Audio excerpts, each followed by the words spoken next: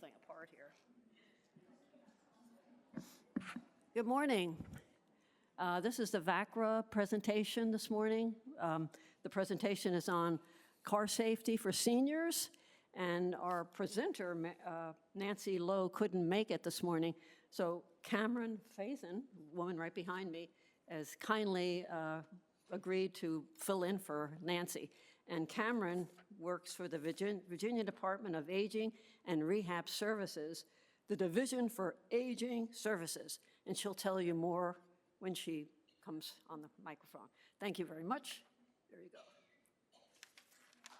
Hello, my name is Cameron and I work for the Division for Aging Services. Bear with me.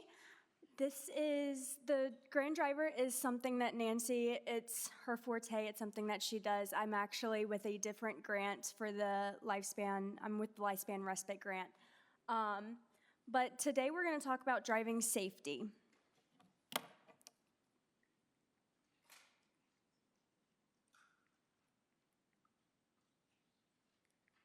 This wants to work.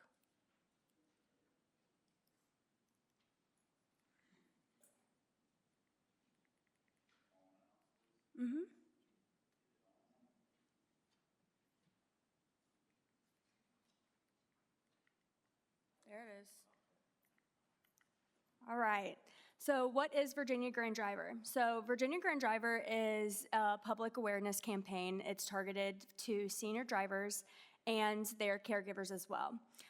Virginia Grand Driver is designed to help keep seniors mobile, safe, and independent for as long as we possibly can. This is an initiative of the Virginia Department for Aging and Rehabilitation Services, as well as with the Department for Motor Vehicles, which is DMV. This is targeted for mature senior drivers, and this used to be a federal funded grant. Now it is just a grant that the DMV is providing the state to have.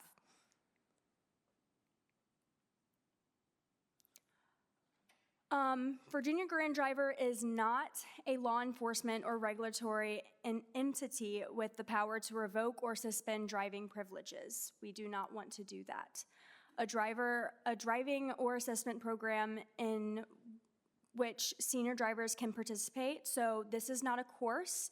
Courses are done through AARP, which is the American Association for Retired Persons, or AAA, American Association for Automobiles. This does not enforce the law. Those are done through CDRS's Certified Driver Rehab Specialist. So you can take this course. It's an 8-hour course. It goes over a driving manual. It just refreshes you on your driver manual and the completion that you will get at the end. You'll get a certification. You can take that to your insurance provider, and you'll actually get what we call a safe driver's discount on your auto insurance. That lasts for about 3 years, so you would have to retake it every 3 years to get that safe driver's discount again.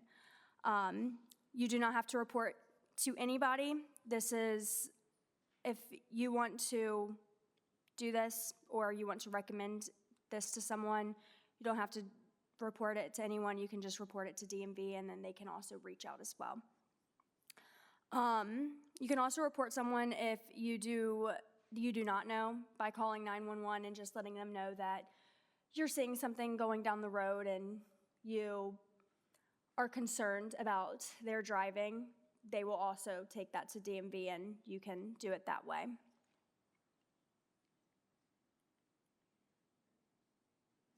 So mature drivers driving facts. Seniors age 61 plus are involved in 16% of all automobile crashes, while young adults ages 21 to 30 accounted for 22% of crashes during 2025.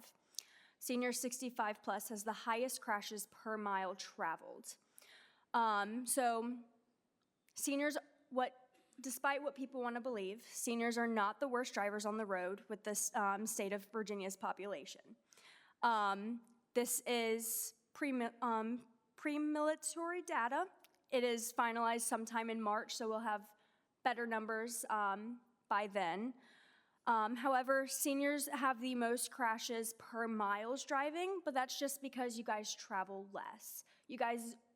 Seniors only go to the grocery store or the gas station. They don't travel 30, 40 miles every day to and back from work.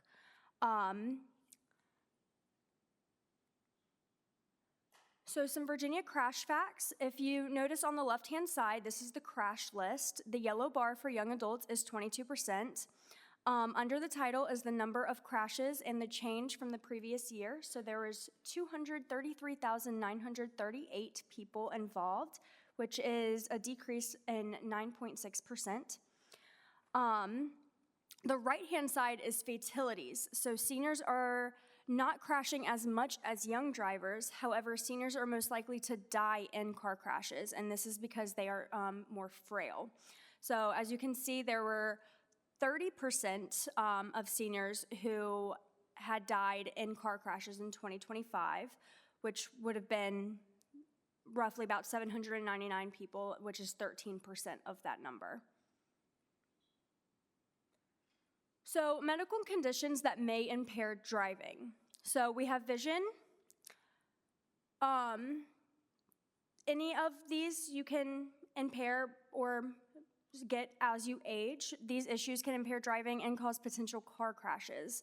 For vision, you need to see clearly and accurately. This is with just looking straight on. This is your peripheral vision, anything like that. Certain diseases will end up diminishing your vision as you age as well. Any neurological impairments can cause reaction time delays and confusion. This can, if you see a car crash in front of you, if you have a delay while you're driving, you might not be able to respond to that car crash that happened in front of you as promptly as you would be able to if you didn't have that delay in reaction time. Things like arthritis can affect muscles, which can cause issues when gripping the steering wheel, or when you have to react when you're driving, when you have to turn that steering wheel to avoid something that's in the road or something that happened in front of you. If you do have issues with arthritis in either your knees or your hands, you can cause issues when trying to navigate going from the gas pedal to the brake pedal, or just gripping that steering wheel and trying to turn to avoid whatever is in the road. Indications can cause dizziness and drowsiness, which you don't want to get dizzy or drowsy behind the wheel. That can cause to a car crash as well. Cardiovascular diseases, like heart attacks. If you feel like you are getting drowsy, if you feel like you're getting dizzy, if you feel like you are coming onto a cardiovascular issue, the best thing to do is pull over, take the time, call someone if you need to. Make sure you have your medications nearby. ADHD, so a lot of people don't think about ADHD. I have ADHD, so I know I get distracted during while I'm driving on the road. So ADHD in seniors is your mind will just start to wander. You'll get distracted easily by something that you see on the road, and you just will forget that you have to pay attention. Forget what you're doing. Diabetes, also make sure you have food on hand or sugar, something to drink in case something like that starts to affect you. Asthma, make sure that you have your inhaler nearby. Anything that can cause one of these diseases to flare up. Anything can cause these diseases, no matter what, but as you age, it starts to, it becomes more likely.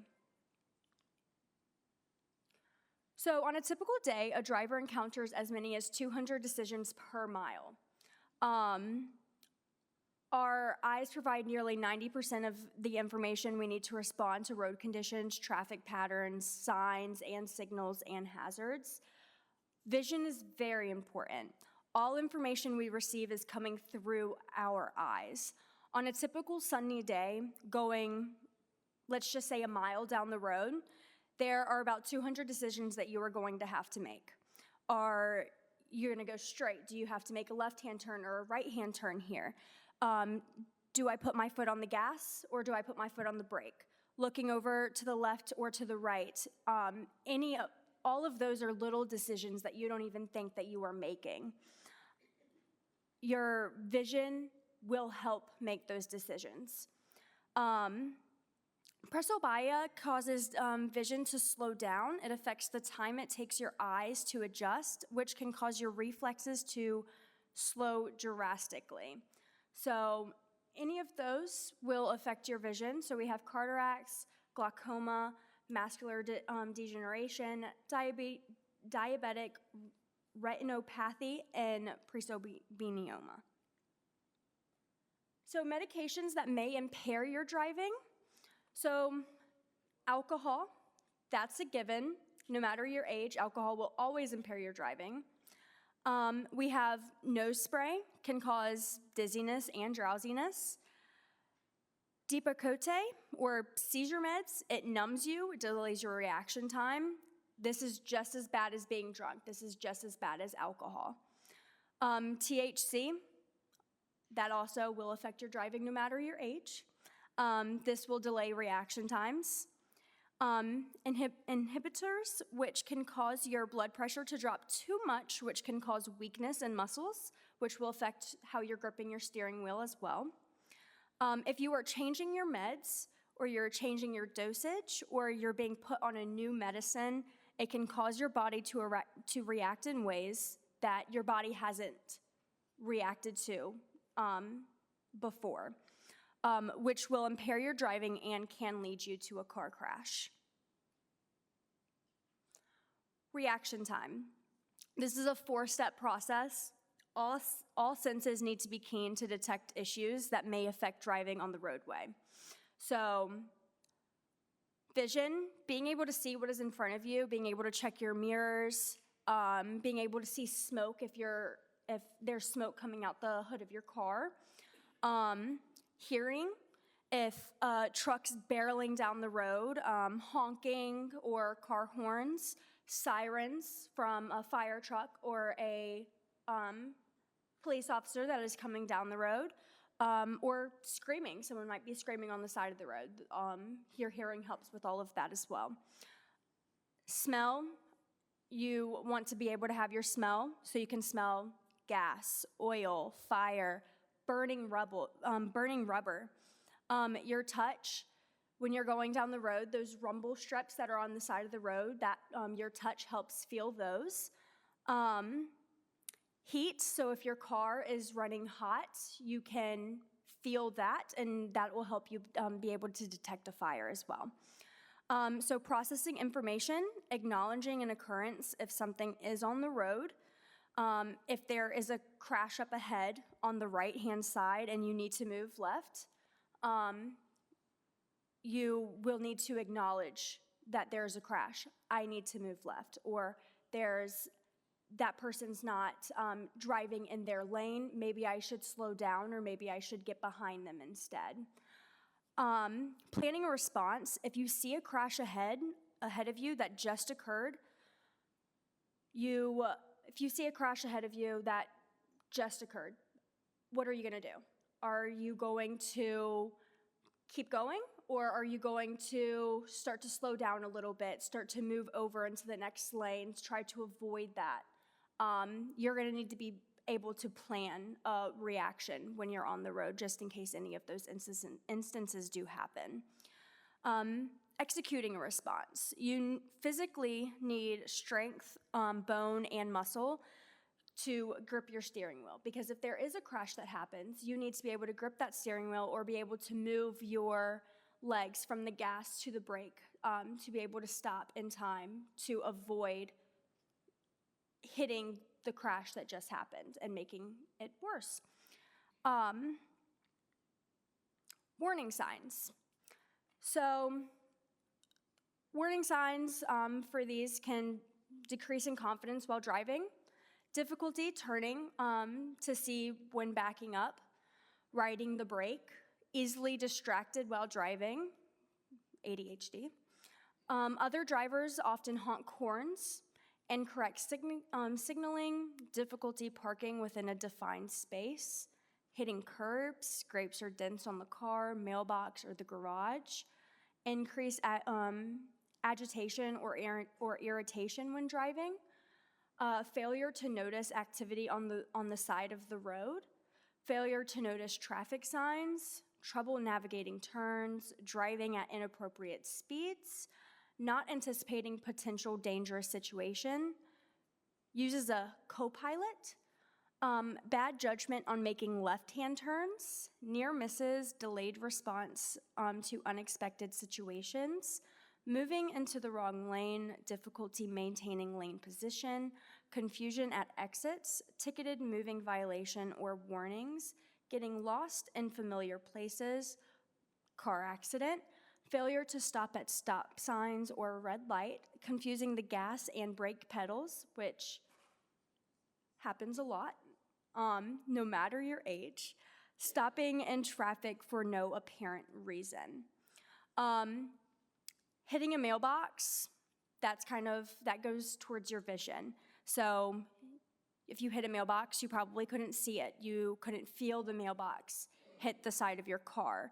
Or it will say something about your reaction time. You saw the mailbox, but you didn't have time to move the car away from hitting it. Using a co-pilot, having to pay attention to the road, but occasionally looking at your GPS.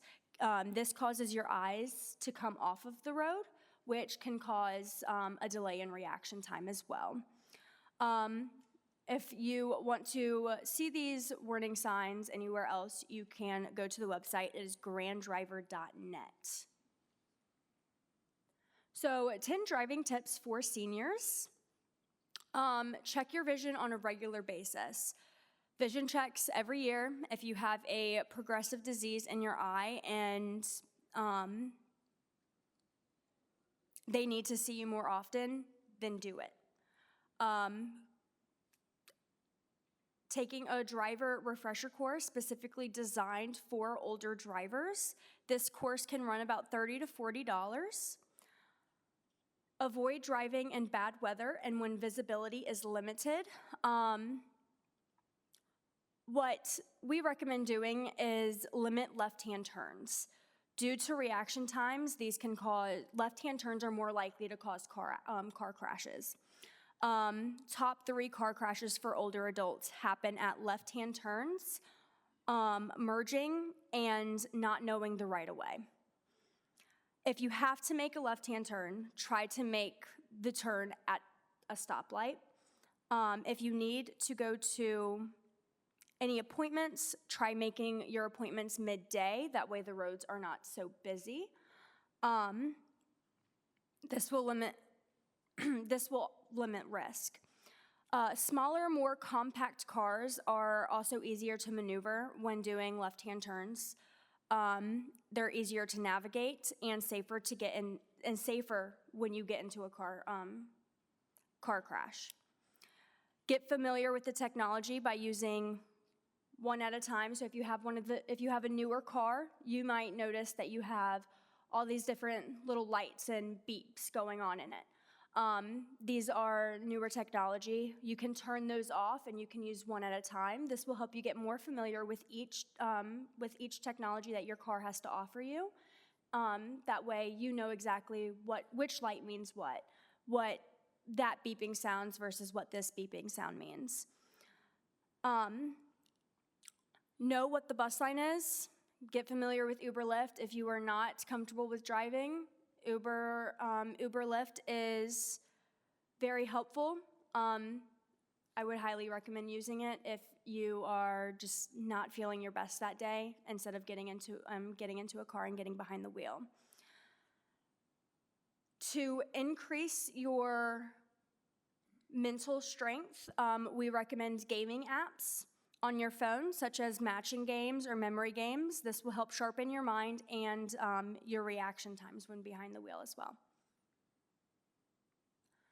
So these are some resources. So www.granddriver.net offers self-assessment tools, latest news and events on mature driving, online pledge, recognizing the signs of senior driving difficulty, listing of comprehensive driving assessment clinics by region, staying safe tips for drivers, publications, brochures, and pamphlets for senior drivers and their caregivers. This is a new website, carfit.org. Play with it. It will not break. Have fun with it.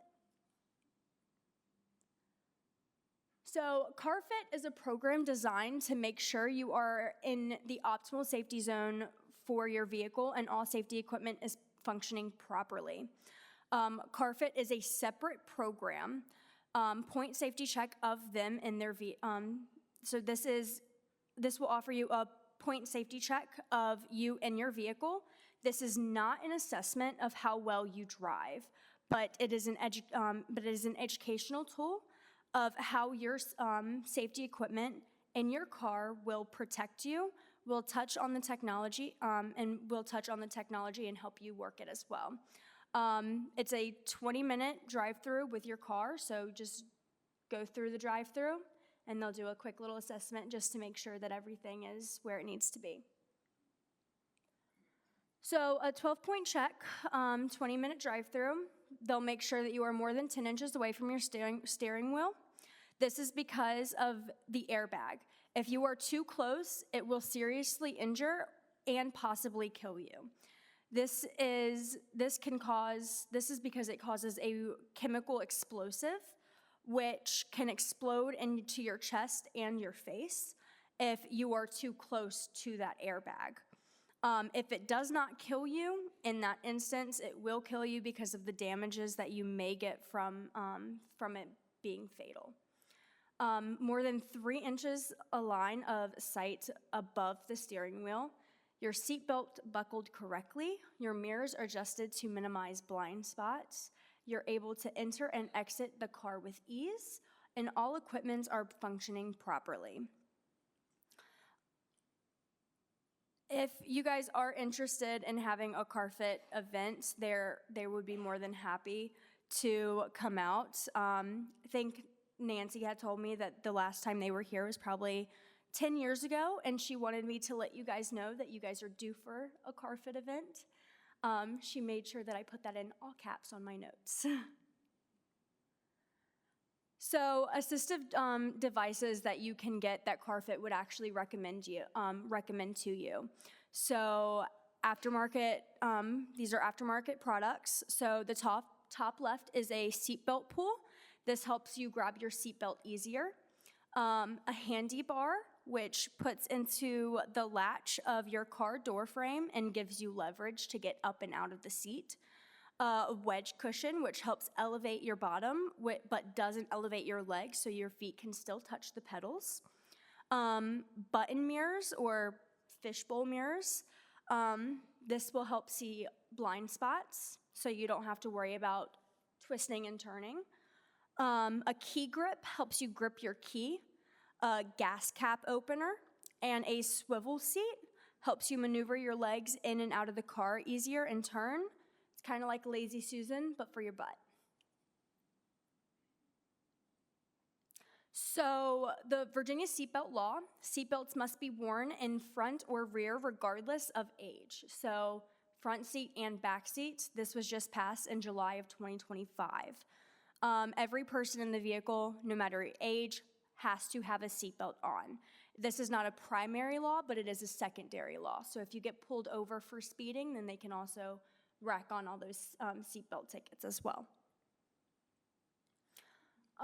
Virginia's hands-free law. The entire state of Virginia had went completely hands-free in July of 2020.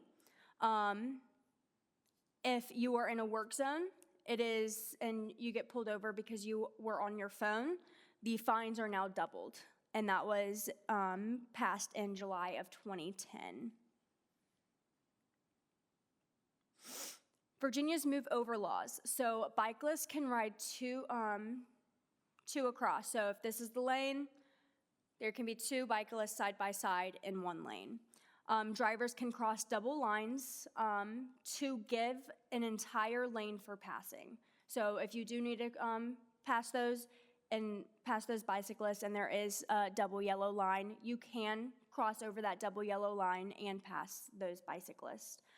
All flashing vehicles, emergency and non-emergency, that are on the side of the road, you must move over and give them an entire lane's worth of space. Slower vehicles to travel in the right lane to allow passing vehicles on the left lane. That was passed in July of 2017. Pedestrian safety. So as a driver, make sure that you are driving slow enough so that if you do see a pedestrian, you have enough time to slow down and let them pass. Do not hit them. If you are a pedestrian, do not wear dark colored clothing. Wear bright or reflective clothing. They have that reflective tape that you can put on your shirts if you are walking. Do not wear all black, especially if it's dark outside. They will not see you. You want to be seen. If you are listening to music, make sure you can still hear vehicles. So if you are listening to music and you have one earphone in, make sure the other one's out, just so you have at least one listening ear. You can cross at an intersection and you will be protected. Pedestrians have the right of way at crossways where there's a crosswalk. So Virginia's driver license law for seniors age 75 plus, all license renewals must be in person. You cannot renew your license if you are over the age of 75 online or by mailing it in. Licenses are valid for 5-year renewable cycles. Vision testing is required either at DMV or by a current vision exam. That vision exam does have to be within 90 days. You may trade, so if you are not a driver, you may trade in your license for a free state-issued identification card. This is highly recommended by DMV. I know Kay had mentioned something about the real ID. If you guys have any questions about if I trade my driver's license in, will I still have that star to mark that I have a real ID? I will give you Nancy's information. Please ask her. She's more than welcome to answer that question. I wish I had the answer today, but I do not. There is a rumor that is going around that if you are over the age of 75 and you go to renew your driver's license, you have to retake your driving test. That is not true. The only test that DMV will require you to have is a vision test. And you can either do that at DMV or you can have a recent current vision exam done that just has to be within the last 90 days, and DMV will accept that as well. So VDOT's efforts, they are currently making the traffic lights, the lenses on the traffic lights, a little bit bigger. So instead of 8 inches, they're going to be 12 inches. The lane markings, they're going to make those thicker. So those yellow lines on the lanes, they're now 4 inches. They are in the process of trying to change those to 6 inches. Horizontal road signs increase time for pedestrian crosswalk, so it's going to give you more time once you press that crosswalk button. It's going to give you more time to walk across the road. Advanced guide signs and less than 2-inch road drop-off, so this gives you more of a shoulder as well. This is a new standard. All of these things will eventually be replaced. So if you guys have any questions, like I said, you can talk to Nancy. I can give you her email address, and she is more than welcome to answer any questions that you guys might have. The website is www.granddriver.net, and I am here to answer any questions that I can.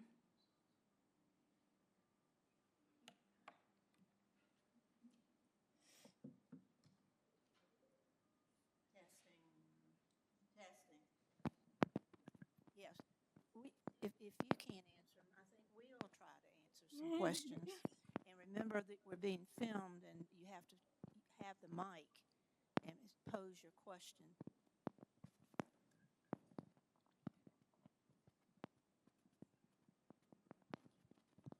Good morning. Good morning.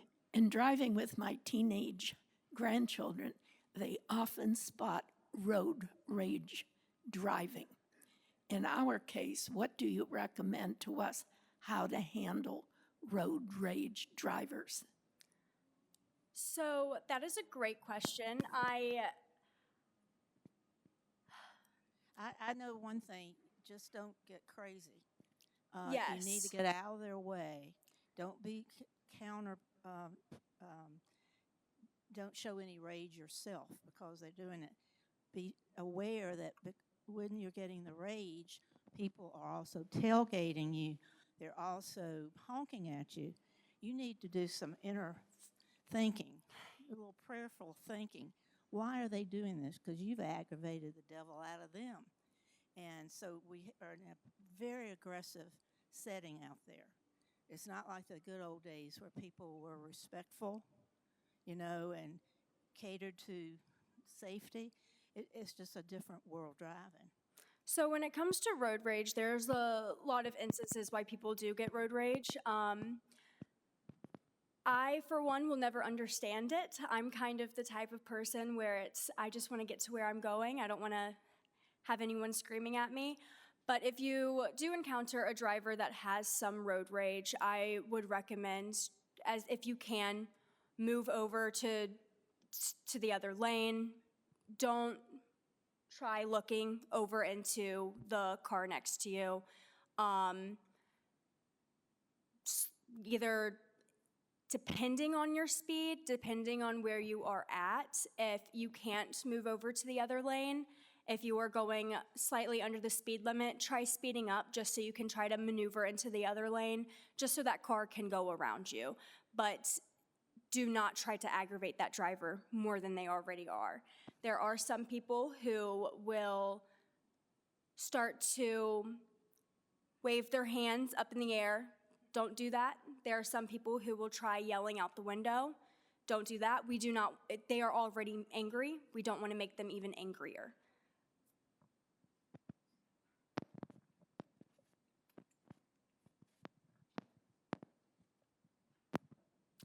I want to first thank you for the really good tips you've given us and all the good reminders that are so important. But my question is, if a senior fails their vision test, what recourse do they have, or what do they do next? So Nancy could probably answer this question a little bit better, but I do believe that if you fail your vision test, then you will have to go in and retake a driver's test. And here's another question. I just want to tell a story. I renewed my driver's license recently, and I was very nervous that I wouldn't pass the vision test. So I got one of those eye charts, and I practiced for a couple of months before I went to the DMV. And it did help because it reduced my anxiety a little bit.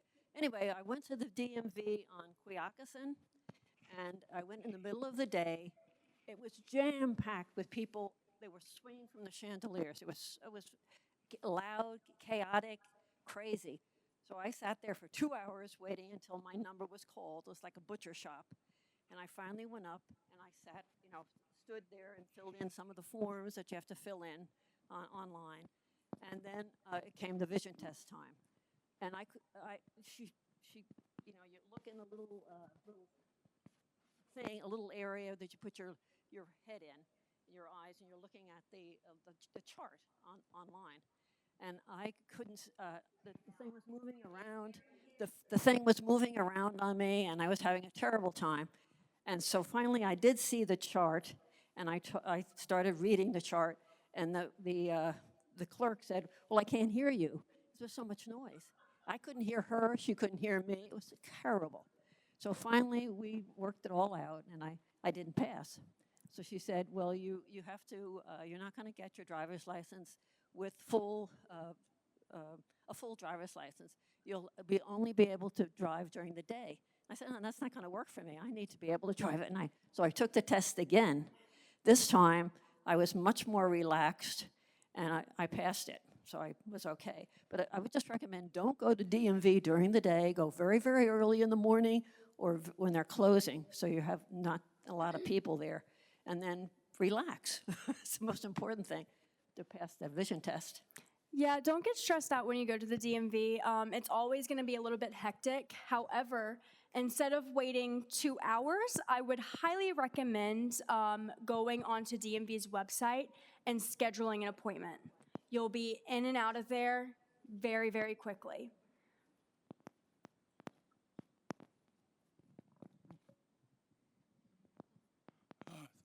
Thank you. I want to warn everybody not to follow a bus in a snowstorm. When I was young and crazy, which is different from old and crazy, a bunch of us went out on a snowy night drinking beer. And it continued to snow and the beer continued to flow. I got in my car to go back to my dorm, and the snow was pretty deep, but I saw a GRTC bus going down Cary Street. So I said, he's making a good track, I'll just follow him. So we drive down Cary, and I'm right behind him, and finally he stops. And I said, I wonder why he's stopping in the middle of the road. Well, he was stopping in the bus garage, and I was in the bus garage right behind him. So don't ever drink a lot of beer and follow a bus. Yes, advice of the please do not drink a lot of beer and then get behind the wheel of a vehicle. Do not recommend that at any age. Any age. I think we behave basically. Is this working? Can y'all hear me? Sometimes, like this. Yeah, this is tricky. You have to pay attention. I will say 20 years ago, I was living in Savannah, Georgia, and my parents, who are here, I'll get you, who are here in Richmond, called and said that my father could see, could hear, but it was some cognitive thing he felt, and he said he couldn't even describe it. And he had decided to give his car away to somebody and stop driving. I have never been as happy in my life because I couldn't monitor it, that distance. There was no other relative in Richmond. And it was one of the best gifts that my parents ever gave me.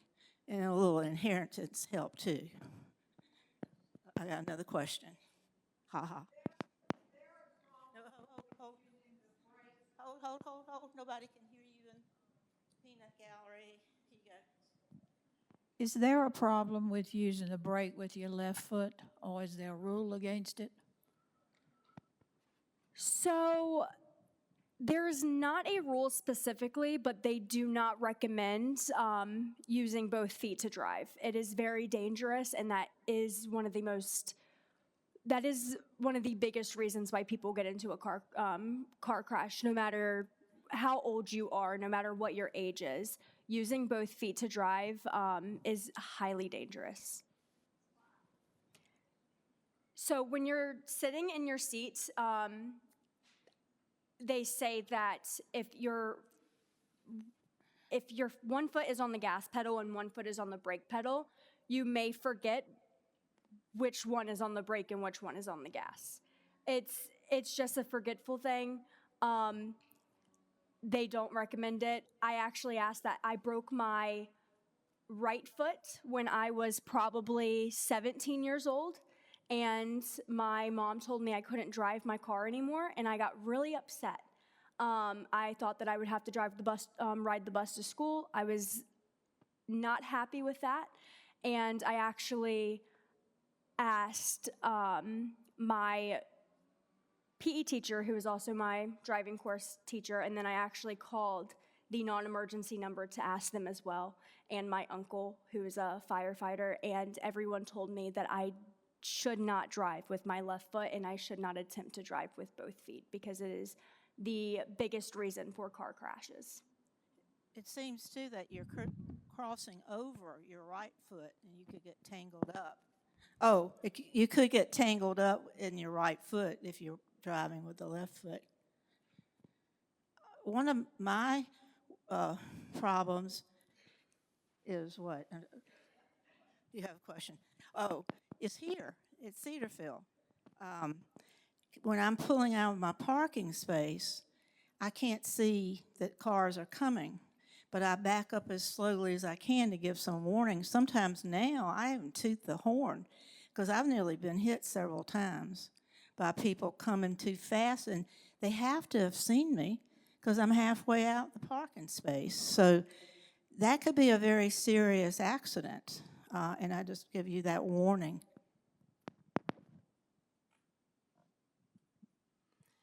What is the procedure for indicating a concern about an elder driver? Who can turn you in, and what is that process? So anyone can turn you in. If it's a random person on the road that sees you're driving, if it's a neighbor, family member, friend, anyone can turn you in. They can either call 911 if you are actively driving on the road. They can call the non-emergency number. Your family member or friend can call DMV. Give them your first and last name. If they have your driver's license number, then they'll give them that. But anyone is able to turn you in. The process for that, I believe, is they will reach out to that person, get them to take a driving course, things like that. That is, Nancy can kind of speak to the procedure on what happens once someone does turn you in a little bit more. Okay, any more questions? Well, I think you've done a great job. You're pinch hitting for Nancy, and I learned a lot. I think we all know this. It's hard to recognize it could be us who's the old lady or the gray-haired person who's causing trouble on the road. So thank you so much. You're welcome. Thank you guys for having me. And again, I'm very sorry for if I can't answer all your questions. Like I said, this is not what I do every day. The first time that I saw anything about Grand Driver was probably about a year ago, and I didn't know anything about Grand Driver until about a week ago. So thank you for bearing with me, and thank you guys for having me. Thank you so much. And one last thing, we do have our next VaCCRA. Remember, this is a VaCCRA event. Some people told me the other day, no one knows that this is VaCCRA. And I noticed the big sign that you put up every month. So it's one of the bigger things we do. Every month we have something. And in March, on March 20th, we have Professor Mays from the University of Richmond, who will tell us all about what's happening with Medicare and Medicaid, especially in light of new legislation. And I have met him. He's a very dynamic speaker. So that's it for now. And if anyone has not joined VaCCRA, I'm willing to help you out with that. And we do have a coffee Wednesday at 10 up in the Prima room, dining room. And please come, just come. With bagels that she fries up. They're really good. Thank you all. Come back.